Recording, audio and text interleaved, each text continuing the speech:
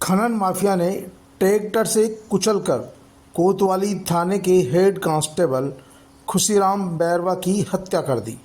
जी हाँ, इसे हत्या ही कहा जाएगा, क्योंकि पुलिस की गाड़ी में सवार खुशीराम बैरवा ने अवैध रूप से जा रही बजरी की ट्रैक्टर ट्रॉली को रोकने का इशारा किया था।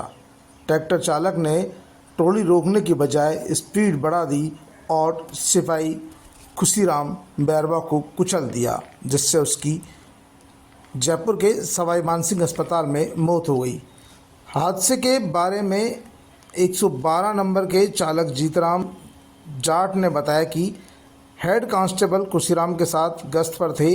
इसी दौरान सिंधी शमशान के रास्ते पर मोड़ के पास ट्रैक्टर ट्रॉली आ रही थी। रोकने का इशारा किया तो ड्राइवर ने ट्रैक्टर हम पर ही चढ़ा दिया।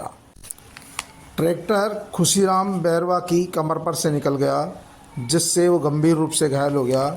तुरंत टोंक के शहादत अस्पताल में लाया गया, जहां पर डॉक्टरों ने जांच के बाद उसे जयपुर के सवाई मानसिंह अस्पताल रेफ़र कर दिया।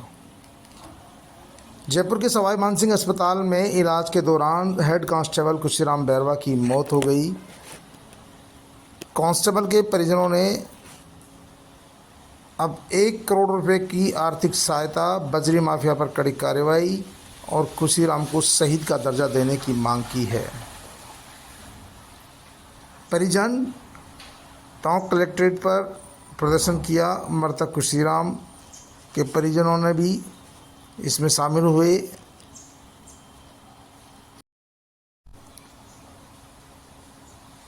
मृतक खुशीराम बैरवा टोंक के देवली भांची पंचायत के रहने वाले थे।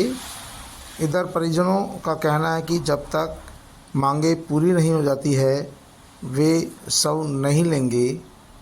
बड़ी संख्या में सर्व समाज के लोग धरना प्रदर्शन कर रहे हैं और उनकी सरकार से मांग है कि मृतक खुशीराम बैरवा को शहीद का दर्जा दिया जाए, उनको परिजनों को नौकरी दी जाए, 1 करोड़ रुपए का मुआवजा दिया जाए और जिस तरह से बेखौफ होकर बजरी माफिया आए दिन हर किसी को कुचलने मारने का काम कर रहा है, इन पर शिकंजा कसा जाए। जिस ड्राइवर ने कुचलकर मारा है उस पर हत्या का मुकदमा भी दर्ज किया जाए। माफिया पर कार्रवाई करने में आखिरकार पुलिस इतनी कोताही क्यों बरतती है, ये समझ से परे है। हालांकि टोंक के जिला कलेक्टर सौम्या झा ने कहा कि नियमानुसार कार्रवाई होगी, लेकिन एक कांस्टेबल की मौत हो जाती है ड्यूटी के दौरान, तो सरकार ने इस मामले में पहले ही नियम कायदे बना के हैं कि जब भी कोई कार्मिक ड्यूटी पर मरता है तो उसे 1 करोड़ रुपए का मुआवजा दिया जाएगा, उसके एक परिजन को सरकारी नौकरी दी जाएगी। ये सरकार का नियम पहले से ही बना हुआ। तो फिर खुशीराम बैरवा के मामले में फिर सरकार इतनी ढिलाई क्यों बरत रही है, ये लोगों का आरोप है। लोगों का आरोप है कि इससे पूर्व जब भी कोई कार्मिक ड्यूटी पर ड्यूटी करते हुए ऑन ड्यूटी ही मरता है, और जब खास तौर पर पुलिस वाला हो, पुलिस वाला जब ऑन ड्यूटी मरता है, तो इस तरह के मामले में दौसा में भी जब पुलिसकर्मी की मौत हुई थी लुटेरों से मुठभेड़ के दौरान, तो उसके परिजनों को 1 करोड़ का मुआवजा, उसके परिवार में एक नौकरी दी गई थी। तो इस खुशीराम बैरवा के मामले में सरकार दोहरा मापदंड क्यों अपना रही है?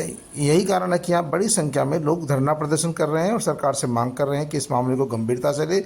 जब तक सरकार बजरी माफिया जिसने कुचल कर हत्या की उसके खिलाफ हत्या का मुकदमा दर्ज कर उसे गिरफ्तार नहीं करेगी, मृतक के परिजनों को 1 करोड़ रुपए के मुआवजे और शहीद के दर्जा देने की घोषणा नहीं करेगी, तब तक शव का दाह संस्कार नहीं किया जाएगा। मृतक के परिजनों में खासतौर पर बैरवा समाज में और 36 कौम के लोग इस घटना के विरोध में धरना प्रदर्शन कर रहे हैं। सभी राजनीतिक पार्टियों के कार्यकर्ता भी यहाँ धरना प्रदर्शन में पहुँचे हैं और सभी लोगों की मांग है कि मृतक के परिजनों को आर्थिक सहायता मुहैया कराई जाए। जब पूर्ववर्ती इस तरह के मामले हुए हैं तब सरकार ने 1 करोड़ रुपए का मुआवजा दिया है, तो फिर यहाँ पर कोताही और ढिलाई बरतने का क्या मतलब है? नियम और कायदे एक बार बनते हैं, सरकारें बदलती रहती है, पर नियम कायदे वही रहते हैं और अभी तक पूर्ववर्ती सरकार का फैसला नई सरकार ने बदला भी नहीं है। ऐसे में मुआवजा देने में सरकार को ऐतराज़ कहाँ है?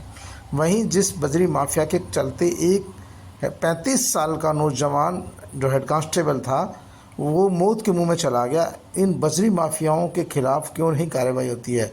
ये शहर में भी बेतरतीब तरीके से दौड़ते हैं। इनके ट्रैक्टर ट्रॉली के नंबर नहीं होते हैं, ट्रकों पे नंबर नहीं होते हैं तो मिटा दिए गए होते हैं। तो आखिरकार पुलिस प्रशासन किस बात का इंतज़ार करता है? जब उनके खुद के बच्चों के साथ भी ऐसा होगा तब ऐसा भुगतेंगे। आज एक पुलिस कांस्टेबल मरा है, कभी एसआई पे होता है हमला, कभी एसपी पे हमला होता है। आखिरकार शिकार सभी होते हैं, लेकिन जो जिम्मेदार है कार्रवाई उनको ही करनी पड़ेगी। सरकार ने नियम बना दिए, उन नियमों की पालना जो अधीनस्थ विभाग है उनको ही करना पड़ेगा। और जो माफिया उनकी नकेल भी डालनी पड़ेगी। जब तक नकेल नहीं डलेगी इस तरह की घटनाएं होती रहेगी। लोगों ने नारेबाजी की, प्रदर्शन किया। सभी माफिया जिंदाबाद, नहीं चलेगा, नहीं चलेगा।